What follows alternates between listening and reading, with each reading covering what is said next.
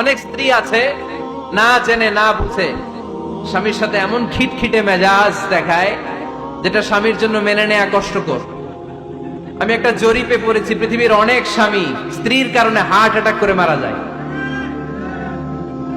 আছে না নাই? এই তো ভুক্তভোগী পাওয়া গেছে। স্বামীর জন্য একটা ত্রাস হয়ে দাঁড়ায় স্ত্রী, ত্রাস।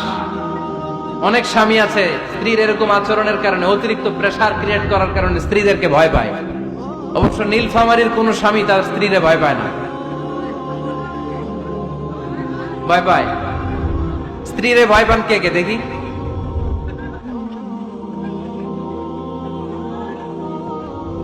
ভয় পান আপনারা? ভয় পান? হ্যাঁ, এক অফিসের বড় সাহেব তার স্ত্রীরে খুব ভয় পায়, প্রচন্ড ভয় পায়। তো সে মনে মনে ভাবলো, দেখি আমার অফিসের যারা স্টাফ আছে, ম্যানেজাররা আছে, এরা কতটুকু ভয় পায়, এরা ভয় পায় কিনা। তো একদিন সকালবেলা অফিসের সব স্টাফ গুলোর একসাথে দাঁড় করায় বলতেছে, এই আপনারা যারা যারা আপনাদের স্ত্রীদেরকে ভয় পান তারা ডান দিকে যান, আর যারা স্ত্রীকে ভয় পান না এরা বাম দিকে যান। অফিসের সব কর্মচারী ডান দিকে চলে গেছে, সবাই ভয় পায়, একজন শুধু বাম দিকে। বাম দিকে কয়জন ভয় পায় না, আর যারা ভয় পায় এরা ডান দিকে, ডান দিকে সবাই। তো বড় সাহেব ভাবছে, আলহামদুলিল্লাহ আমার অফিসে একজন হইলেও বীর পুরুষ আছে।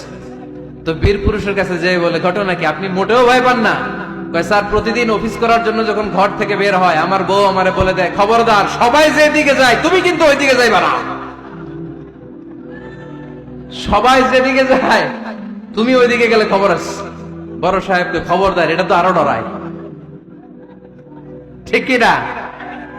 এজন্য বোনদেরকে বলবো, লিতাসকুনু ইলাইহা, এমন ভাবে আপনি আপনার স্বামীর সামনে নিজেকে প্রেজেন্ট করেন যাকে আপনাকে দেখলে আপনার স্বামীর চোখ জুড়িয়ে যায়, হৃদয়টা প্রশান্ত হয়ে যায়, আপনাকে দেখলেই আপনাকে ভালোবাসতে মনে চায়, ঠিক কিনা? এজন্য রব্বুল আলামিন বলেন, আমি নারীদেরকে তৈরি করেছি লিতাসকুনু ইলাইহা, যেন পুরুষেরা স্ত্রীদের সংস্পর্শ যখন পায় পুরুষদের হৃদয়টারে প্রশান্ত করে দেয়। কে? রব্বুল আলামিন বলেছেন, খাদিজার জন্য জান্নাতে আমি এমন একটা ঘর বানিয়েছি যেই ঘরের মধ্যে কোনো বিশৃঙ্খলা নাই। খাদিজার জন্য জান্নাতে এমন একটা প্রাসাদ আমি বানিয়েছি যেই প্রাসাদের মধ্যে কোনো আওয়াজ নাই, কোনো কোলাহল নাই, কোনো বিশৃঙ্খলা নাই।